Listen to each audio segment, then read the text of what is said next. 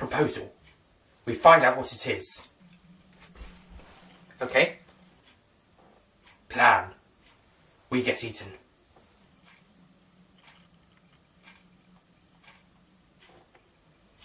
Do you want to grab something to eat before we go? No, I've just had a pie. Let's go.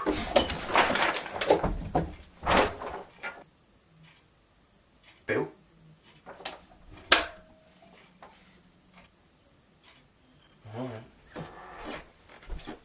If it wasn't for the fact that I really liked this episode, I'd say this episode was on thin ice. Oh, come on, it wasn't that bad. Honestly, people.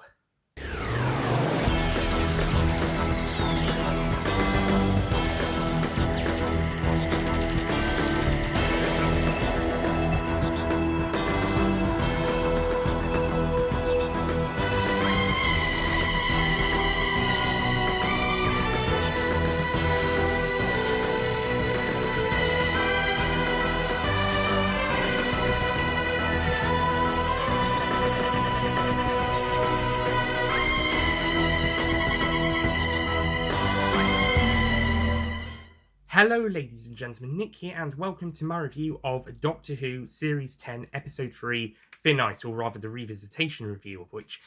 Before we begin, I'd just like to say that this episode has no connection to the Big Finish Audio Thin Ice, which was released in 2011, and is a missing episode adaptation of what would have been the second serial of Season 27, Ice Time.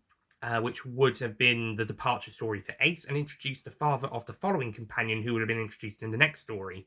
But as we all know, that story and that season never got made, so Big Finish, in their wisdom, adapted it for one of their missing stories audios and was released as the third release of the second series, although the first two releases were box sets that had two stories each, so technically this is the fifth individual story.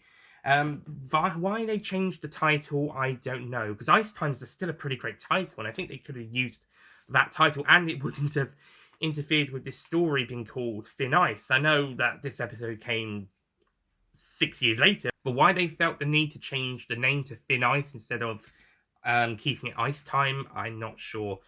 Especially if it's an adaptation of that original story, or why this episode couldn't have had another title, so that wouldn't be any bloody confusion. Also, whilst we're here, World Enough in Time, later this series, has no connection to the Diary of River Song audio from the first Diary of River Song box set, also called World Enough in Time. I think it's the third episode from that box set. So no connection between the Series 10 episode and the Diary of River Song audio with World Enough in Time.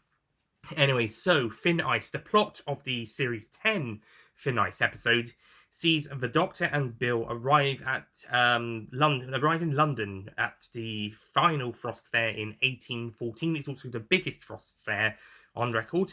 And they decide to just have some fun. They just go and explore, mingle, what you usually do. And these first three episodes are really great in establishing Bill as a character and building her relationship with the Doctor and just jumping into everything as a normal human being would. This is really refreshing between Stephen Moffat, Frank Cottrell-Boyce, and Sarah Dollard, who wrote Face the Raven in the previous series. They just do a really great job at establishing Bill as this human being, as opposed to a plot device like maybe Amy Pond and Clara Oswald and River Song. They're just mystery boxes or plot devices. Bill feels like there were times where they felt like actual human beings, although in Clara's case, not very often. But Bill seems so real, and this is what the pilot did so well, and Smile and Thin Ice have continued to build on that. It's just such great character building on Bill. It's so great. And I forgot to mention the acting in the previous episode of Peter Capaldi and Pell Mackie. They did brilliant jobs in that episode, and they continue to do really great. And they continue to be even better in this episode as we get a bit more of an emotional dynamic between the two when the Doctor fails to save a boy because he just goes for the sonic screwdriver, keeping that 12th Doctor being a little bit more alien than other incarnations side to him, and that more darker side we saw in Series 8. but he's still a really lovable guy, as we see later on when he reads a story to some other children. He's so great and he's so lovable. This is why the 12th Doctor in Series 10 is so amazing, because he's still got that dark side and that edge from Series 8, but he's still got the kind of the warmth character who's a bit more, who connects more with characters like we saw in some cases in Series 9. And he's just so great and so dashing. If this was Peter Capaldi's first or even second season, this would make him as much of an icon as David Tennant or Matt Smith or Tom Baker or John Pertwee. But unfortunately, this is his third and sadly final season, as he decided to step down with Stephen Moffat after the series aired, but more on that when we get to the end of the series. So sadly, this is the last series, so they obviously thought this is the last chance to do it right. And honestly, throughout these past couple of episodes from Return of Doctor Mysterio onwards, plus the Class series 1, plus the appearance in the first episode of Class, it's definitely apparent that the 12th Doctor has finally come into his own and finally become the incarnation he was supposed to be after all that messing around about with it in the first 2 seasons. Although he was still pretty good at being the darker, grumpier Doctor in Series 8. Not so much the hippie down with the kids 11th Doctor parody one from Series 9. At least the earlier parts of Series 9 anyway. I love how Bill reacts to what's going on when she sees her first death, and it takes a toll on her and her relationship with the Doctor, and she questions it, and I find this really great. Again, making her more human, but it's also kind of putting stuff in perspective for the audience as well, and even for the Doctor himself, because he might say a few things but later on he either contradicts or we know that he doesn't really mean it, because he's done opposite examples of what he says. For example, he says he doesn't get too emotional, he doesn't get too riled up, and he doesn't really let it get stuff like someone dying get to him, but we know that's not quite true, and later we are shown that he's still got that emotional edge, and Bill kind of calls him out on it in a few places. Let's face it, the Doctor never likes to admit it, but we know deep down they've got that emotional edge. So yeah, it's pretty interesting that the Doctor's trying to hide that, but he can't hide it too well, and he gets called out on it. The setting also is really great, and we get some really great locations on the river and the shore and the Frost Fair. It's all really great, and also visiting this workhouse and the big house. I also like how this story has the Doctor and Bill interact with street urchins, and they work with them, and the kid actors are pretty good in this episode. And they do a good job, and the characters are pretty interesting. A character who's not that interesting, on the other hand, is the villain, and I think that's where this episode kind of falters, is the main villain, not the giant fish creature in the river, which is producing shit, which is used as a new fuel site better than coal. And to be honest, that is a good type of fuel if it burns longer than coal and is hotter, but keeping the creature enchained and feeding people to it is not good. But the human responsible for all of that is just a greedy rich businessman / merchant. And yeah, that's basically it. And his motivation is money. Yeah, that's our villain. Oh, and he's a racist as well, but this is 1814, so there were racists at the time. So, rich merchant guy, he's our villain for this story. And whilst the actor does a good job in the role, rich merchant guy is boring. He's a boring villain. I get that he's got to be written like this, because he can't be like this great evil villain from the future, and people from this time probably would be like this, but we don't really get an awful lot of time with him. We don't really get to know him that well. He's just on screen for a few minutes, and he's just bland. He's probably the worst villain of the series. This series, though I'll make that final decision when we get to the end of the series. By the way, this excludes the ones from Twice Upon a Time, actually. Those ones, well, they're not technically villains. But again, we'll get onto that. But out of the actual villainous characters of the series, this guy's probably the worst. He's just bland. I don't mind him being a human. I just wish he had more to do, at the very least, because he's so bland. Although it is incredibly satisfying to see the Doctor punch a racist in the face. Oh yes, that was so satisfying. Do it again. Oh yeah, this is the episode where the Doctor punches a racist. I also have to say the climax of this story, once again, kind of lets it down a little bit, but it's not so much contrived or cop out as Smile. It actually kind of works in with what's happened before. It's just a little bit rushed and simple and a bit yeah, it happened sort of climax. It's just a bit of a climax. I feel like climaxes of this is the thing this series is going to be a bit weak on for some of its episodes. I have that feeling, considering what we've seen so far and what I'm expecting to see in later episodes. I feel like climaxes are going to be what this series does as one of its weaker elements. But we'll see when we get onto other episodes. Not all of them. I think some episodes have some really great climaxes, like the finale. But again, we'll get onto that. But I have the feeling that climaxes are going to be one of this series' weaker elements for most episodes. The pilots, I think, works on an emotional, character-driven climax. But then Smiles was a cop-out. Very nice. It kind of neatly ties in with what we've had, but it's still a bit okay. That just happened.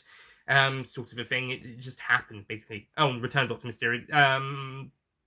Bit of what this one does and a bit of what the pilot does. I think maybe this climax could have been a little bit longer and it might have had a bit more impact, but I still think it's good. I think it's alright, it works. It's just, okay, it just happened, I suppose, sort of thing, especially as we had some great build-up. And again, this is what these episodes have done so well, is the build-up of what's going on and the character interactions. They just work really well.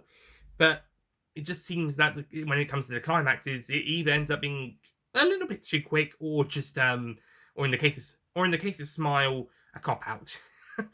A nicely tie up bow at the very end with the urchins inheriting evil merchant guy's house and fortune and etc. And Bill checking up on that later on when they get to the 21st century, and Nardole being annoyed that the Doctor left his post at the vault and going to see it. And we do get a little bit of that serious Nardole moment at the very end of the episode before him walking away, kind of making a kind of afraid noise. So we're still in that balance of comic relief Nardole moving into the serious Nardole that we'll see later on. So we're still in that balance. And whilst I did mention he was in the previous episode, I forgot to mention Matt Lucas's performance. Again, he does a decent job at the start of Smile, and again, a decent job at the end of this episode. And he's going to have a very small appearance in the next episode as well. But once we get to Oxygen, he's going to start becoming a main player again, which is good because that's when he starts to be awesome. So for nice, this was a great episode, and so far the best episode of the series, and it's the best episode since Heaven Sent, although it's not as good as that.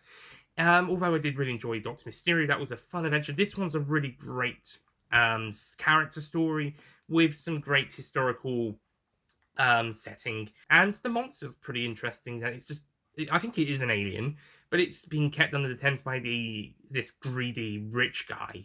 Though the big problem of this episode is that greedy rich guy is pretty bland. He's a pretty bland, boring, simple character, and we really don't get much time with him to actually learn much about him, apart from this is the family business. He's just the latest guy in the line of doing all of this shit, making sure that shit is provided by the creature to be a new source of fuel. So yeah, he's just a bit bland, but everything else in this episode works, and I enjoyed the interactions between the Doctor and Bill and the other characters at the lake, not just the urchins, but also the people at the Frost Fair who are doing the stalls, like the Pie Man, and also when they're doing their investigations, like with the guy at the workplace. They just do some really fun interactions with everyone. It's pretty cool to see. So I think this episode works pretty well doing all of that. It's just a shame the villain was so bloody bland. Yeah, I don't mind him being human. I just wish he had more interesting stuff going on. So overall, I will be giving Thin Ice a 9 out of 10.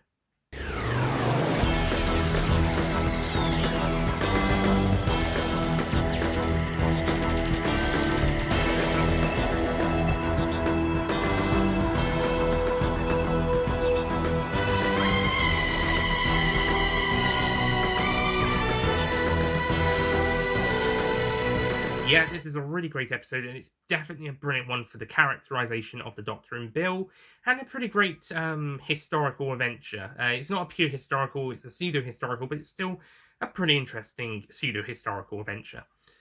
It's a shame the villain wasn't very good, though. So that's it from my revisitation review of Thin Ice. Next time it's Series 10, Episode 4, Knock Knock. I'll see you guys next time. Goodbye.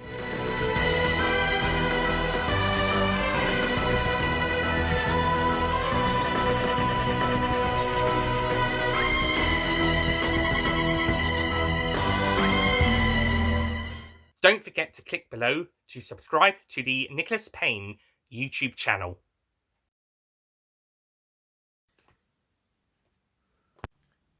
Although the two, but it still would have been interesting to have this. But this episode, but that audio having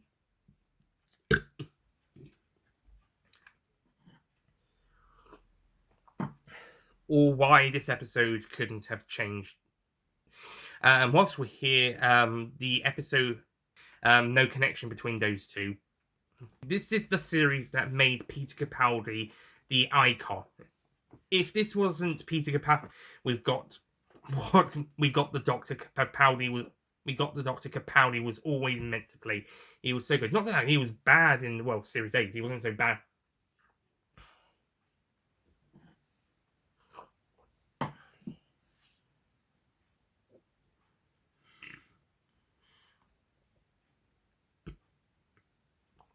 So the Doctor, let's face it, he doesn't. That's why they get so angry at creatures like the Daleks or the Cybermen when they kill or convert or whatever different individual, when they kill or convert or other human, when they kill or convert or do other things to people, and the Doctor just gets really pissed when stuff like happens. When stuff like that, and the Doctor just gets really angry when stuff like that happens.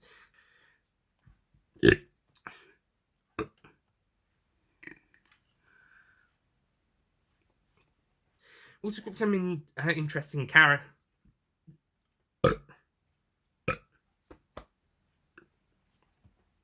I swear if I was doing the Knock Knock review today, I would be burping all the way through that. Thankfully it's tomorrow. Hopefully. I also like how the story kind of has the two... who's not... Oh, and he's a racist as well, but then again, this is well, we'll have to see when we get. Do it again, please. Do it again. I beg you. Do it again. Okay, that makes up for the character being planned. No, it doesn't. But it was still awesome.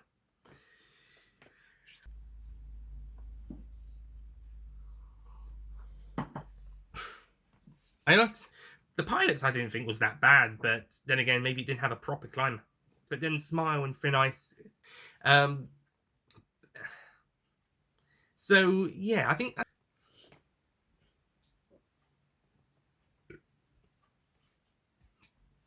I've got to mention he was in the previous. So yeah, Thin Ice. This was a pretty great episode, and with the villain, that is the big problem. So yeah, it's just a bit. It's just some pretty interesting, and also characters. And next time I'll be taking a look at the 10th episode of.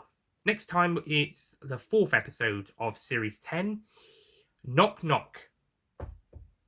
That didn't do it there. Next. Yeah, okay.